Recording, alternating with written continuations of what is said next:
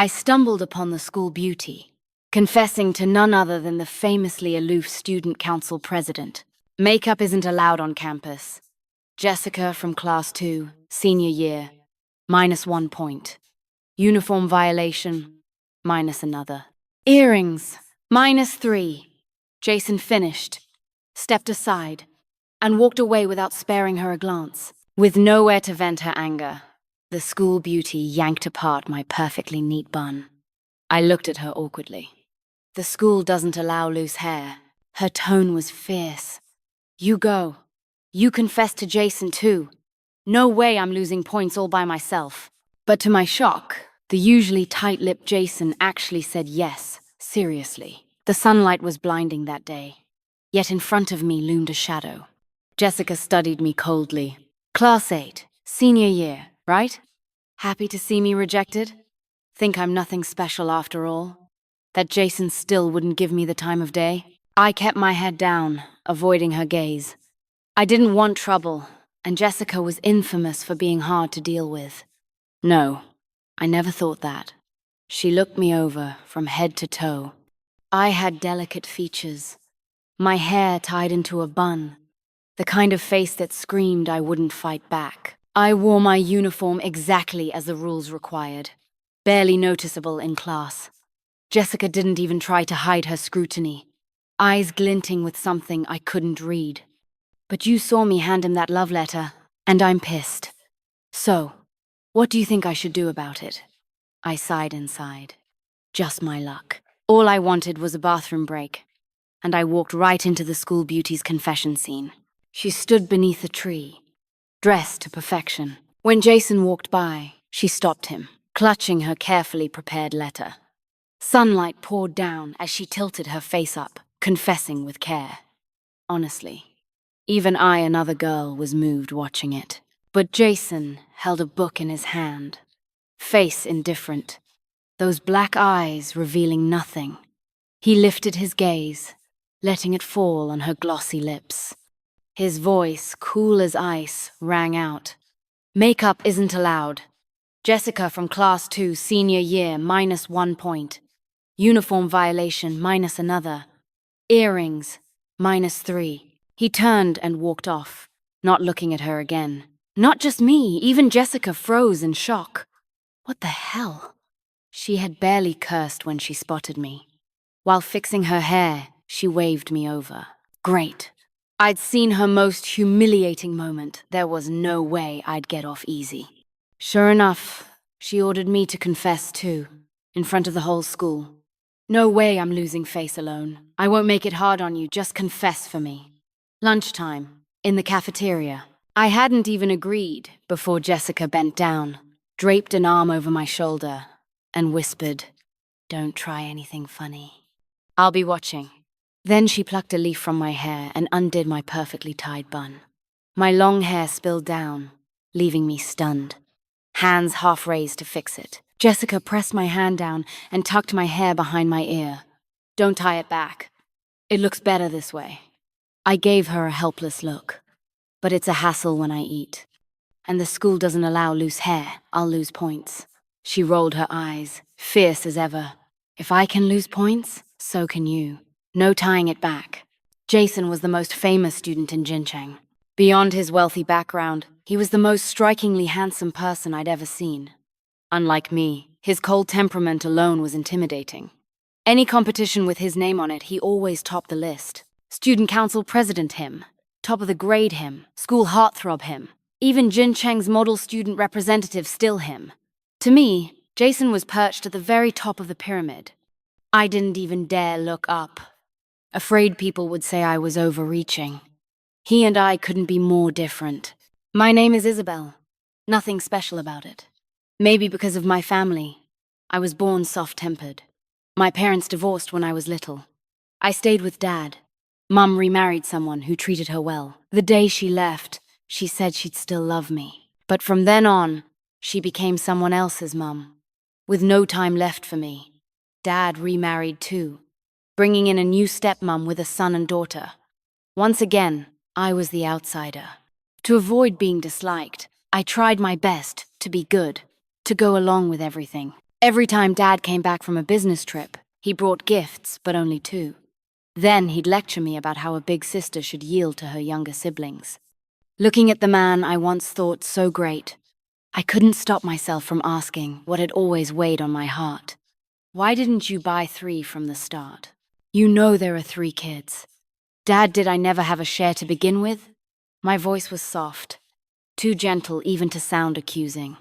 But Dad froze, holding those gifts in his hands. That was the first time I ever defied him. Seeing his stunned expression, I came to my senses and forced a smile. Give them to my brother and sister.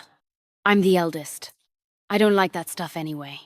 The words came out numb, ones I'd long grown used to saying, because I was afraid they'd think I wasn't good, afraid they'd stop liking me, afraid I'd lose my place in the family. Punching bag, that was the nickname my classmates gave me. I was the class pushover, bullied by anyone who felt like it. Whenever someone was upset, I was the recognized target. Maybe I'd grown used to swallowing it all, but at an age meant to be carefree, every look on my face was cautious. They wanted to see me break down crying, but I disappointed them. I smiled every day, acting carefree. Because my world was dark enough already, I tried to let in some light. The world was so big I refused to believe no one would ever love me. So I kept living in my own little world, serious and optimistic. Even at night, I looked forward to tomorrow. But Jason was different, always outstanding. His life shone bright, nothing like mine. Still, Jessica's fierce look was too much. Under her pressure, I nodded. Every class afterward went right past me. The closer it got to lunch, the more nervous I became. Confessing to Jason seriously? Of course, the answer would be rejection. Just brushing against someone like Jason terrified me. Even the beauty chased by countless boys had failed. Jessica hadn't even gotten a glance. Where would I find the courage to go up to him? But then I thought about Jessica's fierce face. The rumors about her were endless. She was not someone I could afford to cross.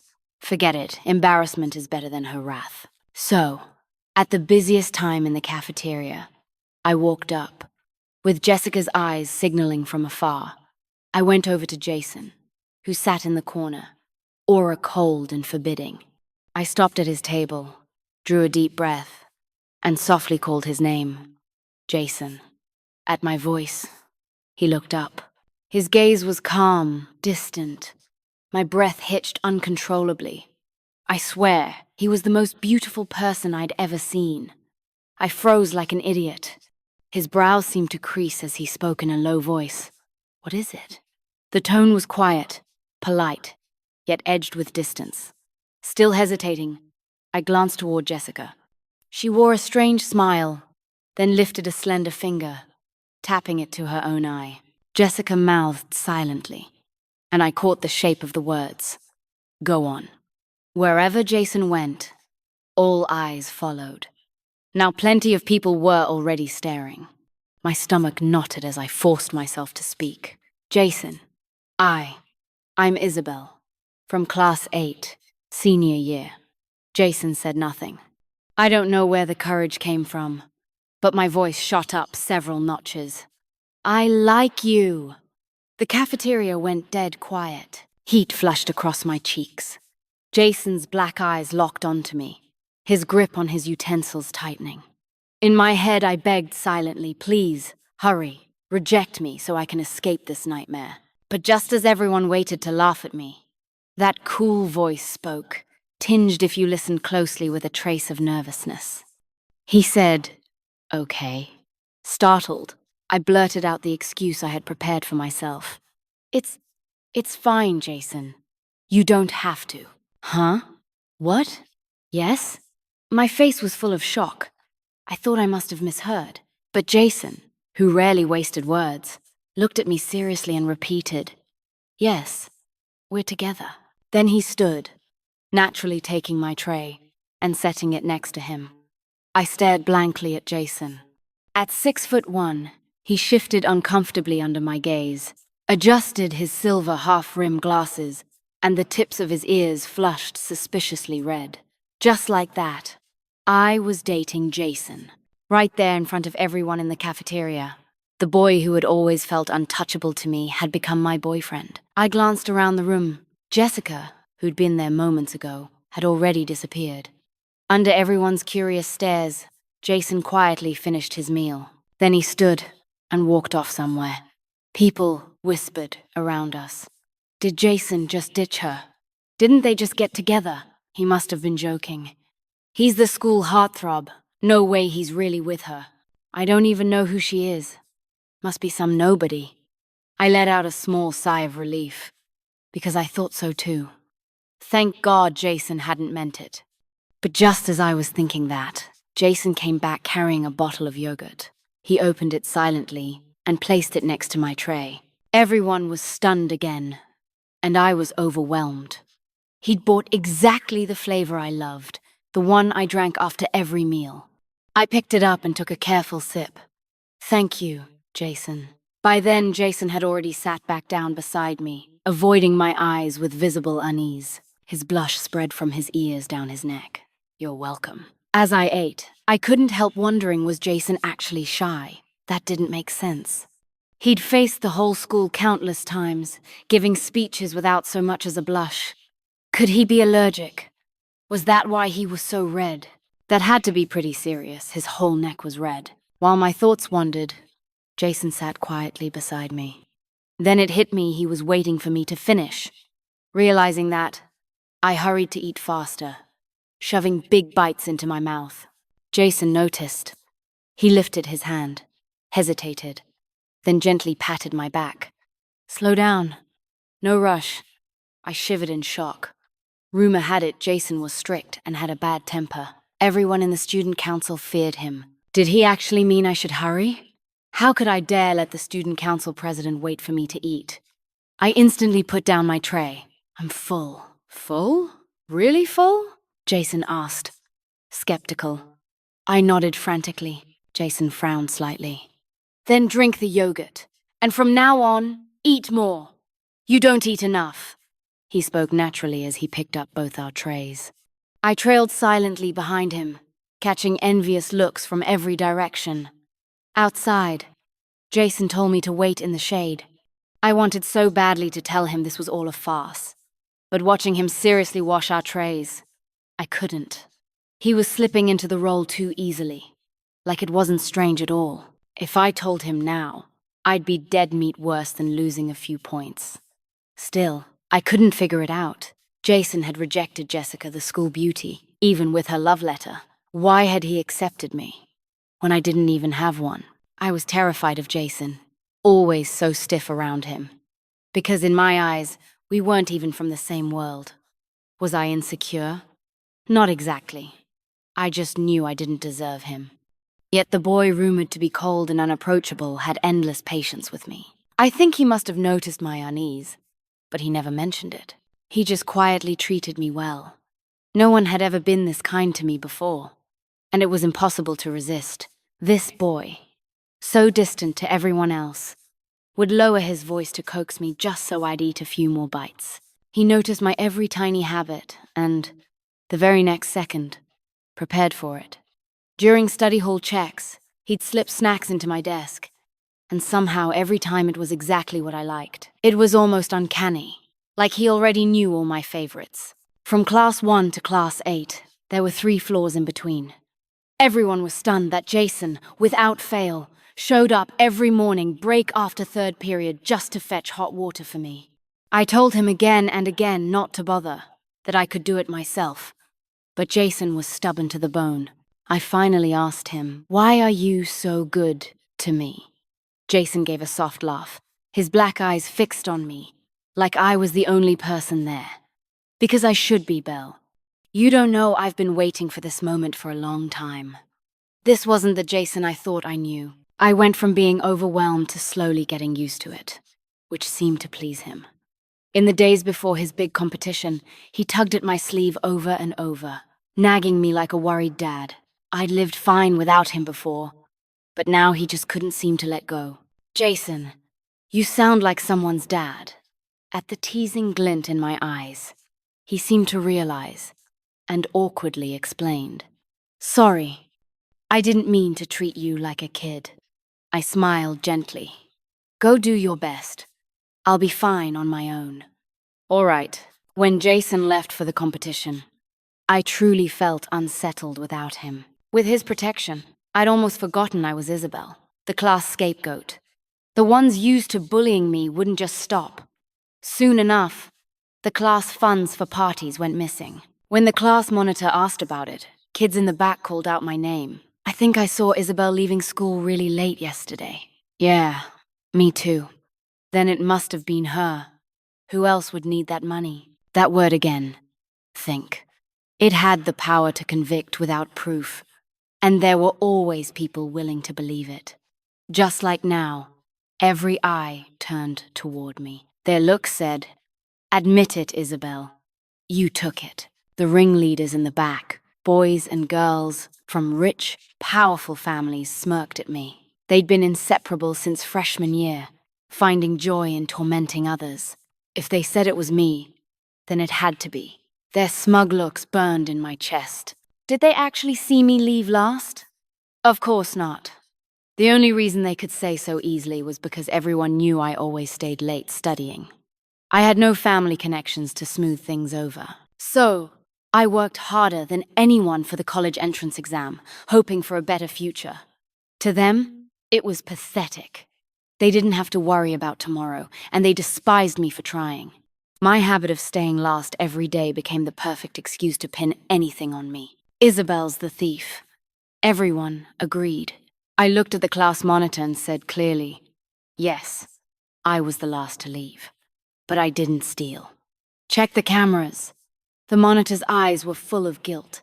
Before he could speak, one of the girls from the clique stood, strolling toward me with a lazy drawl. You know about the cameras. Don't you think the monitor does too? Too bad someone deleted all the footage from yesterday. She set her hand on my shoulder. Stop making excuses, Isabel. It was you, wasn't it? I glanced at her. The mockery in her eyes was blatant. The monitor avoided my pleading look and nodded slightly. Yeah. For some reason, the footage was deleted. That's why I had to ask here. The money's a lot. We have to find it, or the teacher won't let it go. His dodging eyes told me everything. This wasn't about missing footage. They'd already decided I'd take the blame. The girl, pleased with his answer, smiled wider. Isabel, if you're really struggling, we'd all help. But stealing? How could you? Jason's way out of your league if he finds out. He'll be so disappointed in you. The class buzzed with whispers. Before, I'd have stayed silent. But this time, my fists clenched. I stood and shoved her hand off my shoulder. My face was cold as I pulled out my backpack from the desk and unzipped it.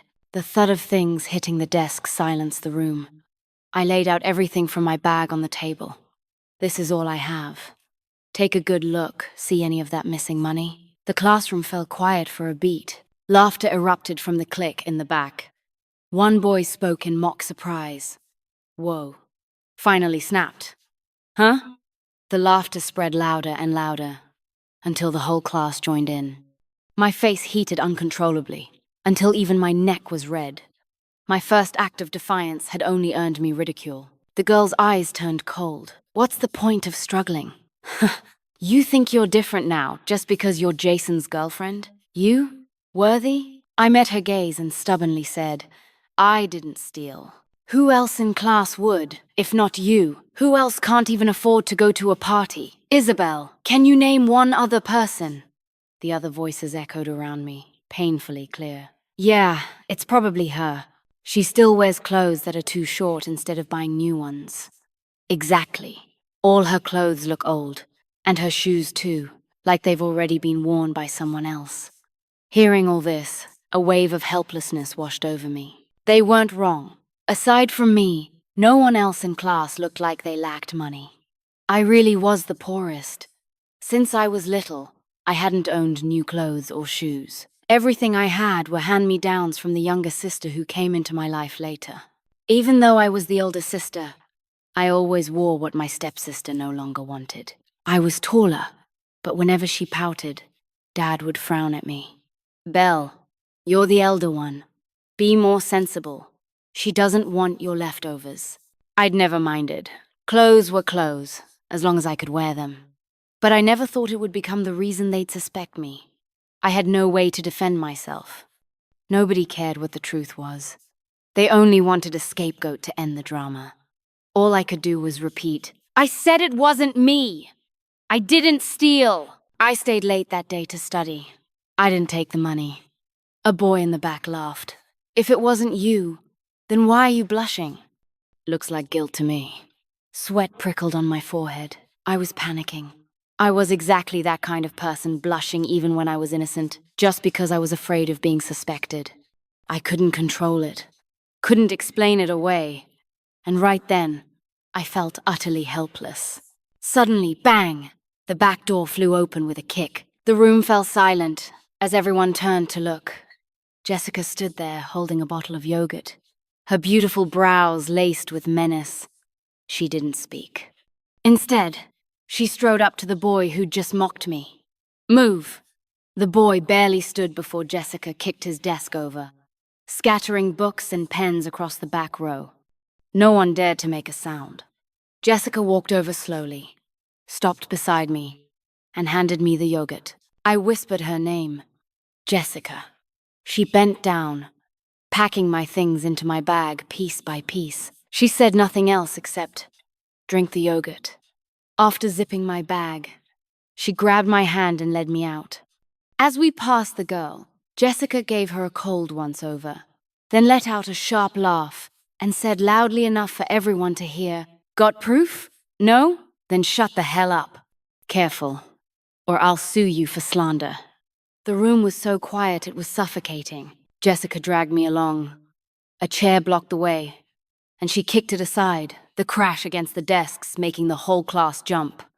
She brought me to the back field and sat me down. I sipped the yogurt and looked up at her. Just moments ago she'd been terrifying, but now she frowned, not knowing how to comfort me. "Don't let those people get to you. They're not worth it." I don't know how to make you feel better." I smiled and waved. "Don't worry about me, Jessica. I've been used to it for a long time."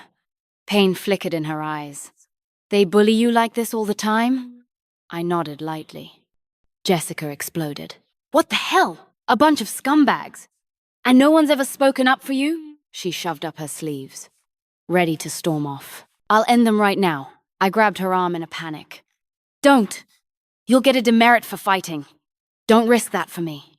Slowly, she cooled down, though she was still seething. I patted her back to calm her down, grinning. "Don't be mad, Jessica," she sighed. "Why are you so soft? They bully you and you just take it? You really that scared of them?" I shook my head. "I'm not scared at all. I just think their games are childish." "Then why not fight back? Staying quiet only hides it from people outside your class. How can anyone protect you if they don't know?" I looked at the yogurt in my hand, taking slow sips, and spoke calmly. "Because once there's conflict, it blows up. The teacher will definitely call both sets of parents in." Jessica scoffed. "So what? Let them call." I smiled faintly and shook my head. "They've got parents to cover for them. I don't want to trouble mine." Jessica was silent for a while, then reached out to smooth my hair. "I'll cover for you. Next time someone bullies you, don't just stand there, hit back hard. If something happens, I'll take the blame." "I mean it." The wind blew her hair, and in that moment, Jessica was the most beautiful girl in Jincheng. I looked up at her with shining eyes. "Jessica." "What?" I smiled softly. "Thank you. Don't mention it. Jason's away at his competition, so I'll look out for you." Hearing Jason's name, I blurted, "You and Jason?" Jessica clicked her tongue, annoyed at herself, then explained, "I mean, you're so weak. With your boyfriend gone, I'll just protect you for now." "Oh, that's what you meant." Jessica saw my puzzled nod and added, "But don't worry. I'm not into Jason. He's cold as ice, rigid, unfriendly, always docking points and refusing favors. Only someone like you could like him." Jessica rattled off every flaw she saw in Jason. For each one, I countered with a defense. That's not true. Jason's really nice, and lots of girls like him. Her face twisted with conflicting emotions as she listened to me praise him. She picked up my bag and slung an arm around my neck. Come on, I'll walk you home. I'll tell the teacher you're out sick, so go rest. That night, right on time, the phone rang. Jason called every day while he was at the competition. He was always the one to call, but usually he just listened while I talked. I told him every little thing, no matter how trivial. And even when it was boring, he always whispered when I fell silent, "Belle, I'm listening." With the phone pressed to my ear, his voice struck straight into my heart. I had grown used to Jason's presence. Tonight was no different. Until, mid-conversation, he suddenly said my name, Belle. I stopped. His voice rode the wind through the receiver. Did something happen? I froze. I thought I'd hidden my feelings well, but he'd noticed. His voice carried a trace of apology. Belle, I'm far from you these days. It's hard to know what you're going through, but I don't want you bottling it up. I'm your boyfriend. You can ask me for anything. My nose stung as I whispered, Jason, if someone told you I was a thief, would you believe it? Silence stretched on the other end. My heart pounded as I waited for his verdict. Isabel. Yeah, I'll never see you through other people's words. I only believe what you say. No one else matters. My hand pressed against my chest, where my heart was racing. No one had ever given me such unconditional trust. I had parents, yet never a place that felt like mine. But now, it felt like someone was loving me, without conditions. Sniffling, I whispered, Jason, I'm kind of tired tonight. You rest early too, okay? Don't overthink it. Nothing's wrong with me. That's it for today. Rest well, and good luck in the competition. I lied. I didn't want him worrying about me.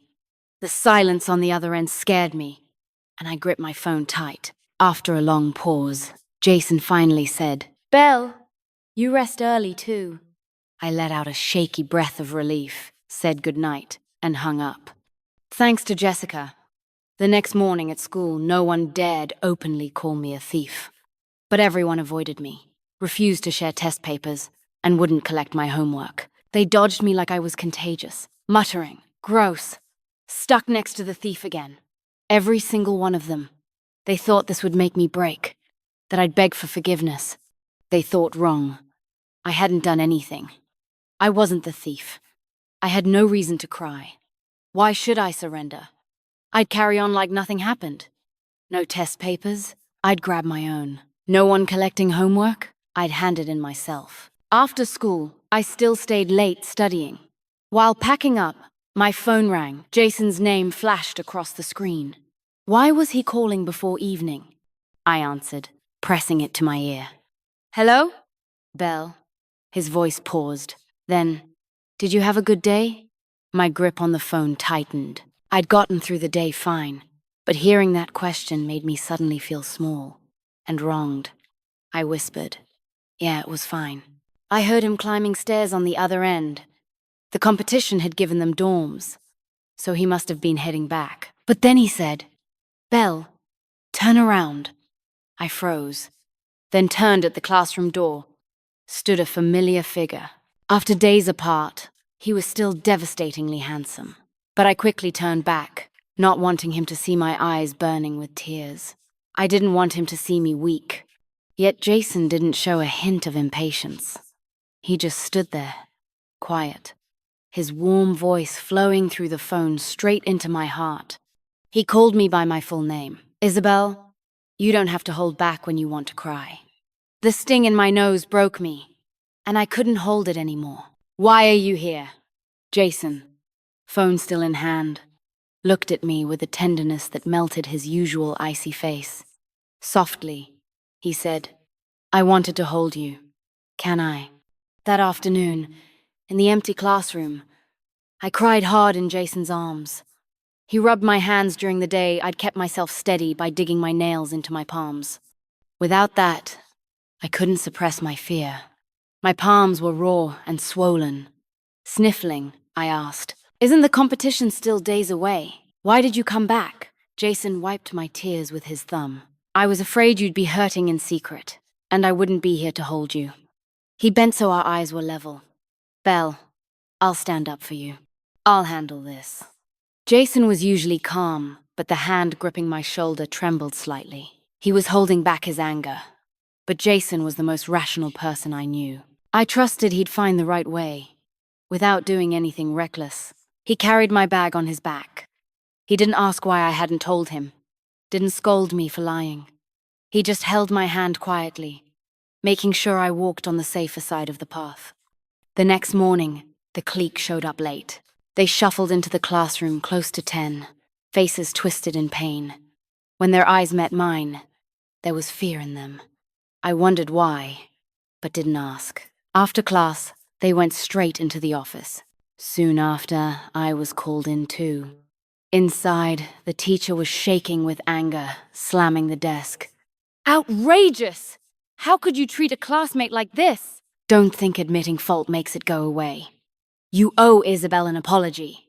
I walked slowly into the office, and from the teacher's words I realized they had confessed everything. Turns out they'd taken the money just to fool around.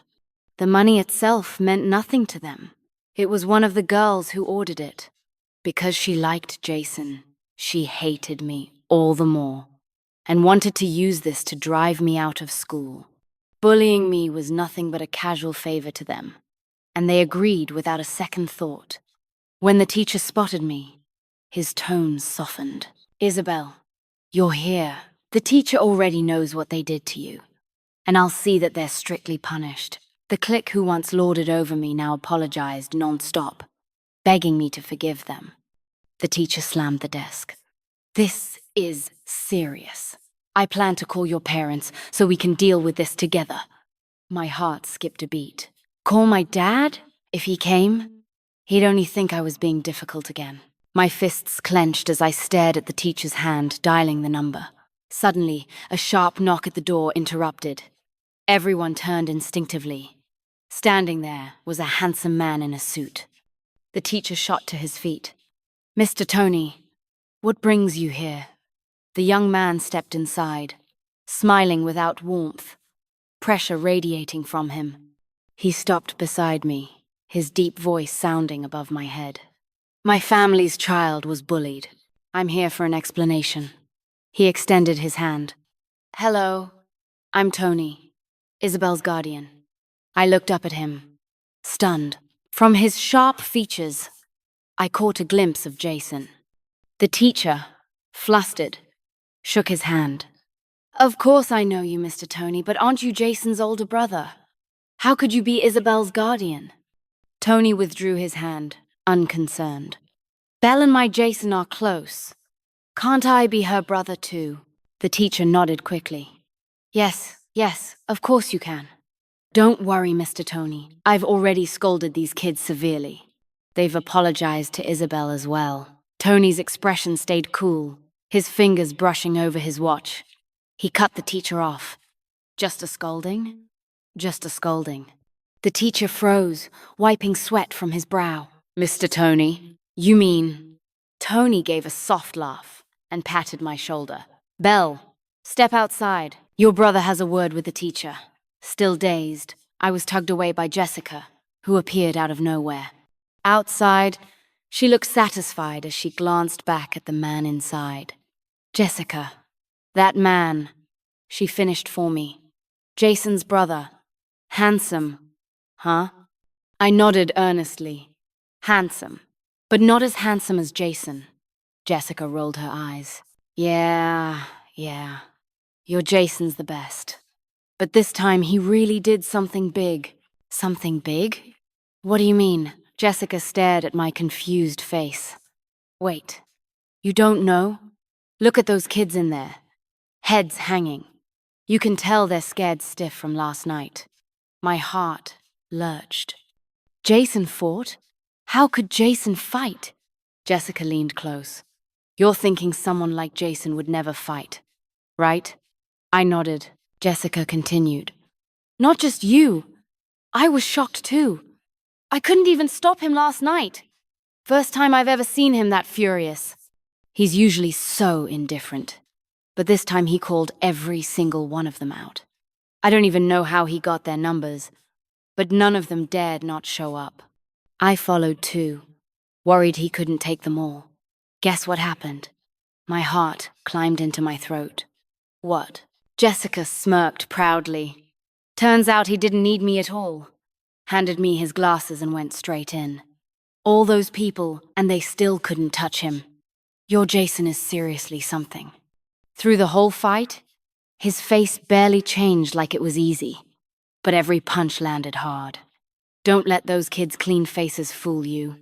The bruises are all under their clothes. They've been bullies for too long. About time they got a taste of it themselves. Before Jessica could finish, I moved to leave.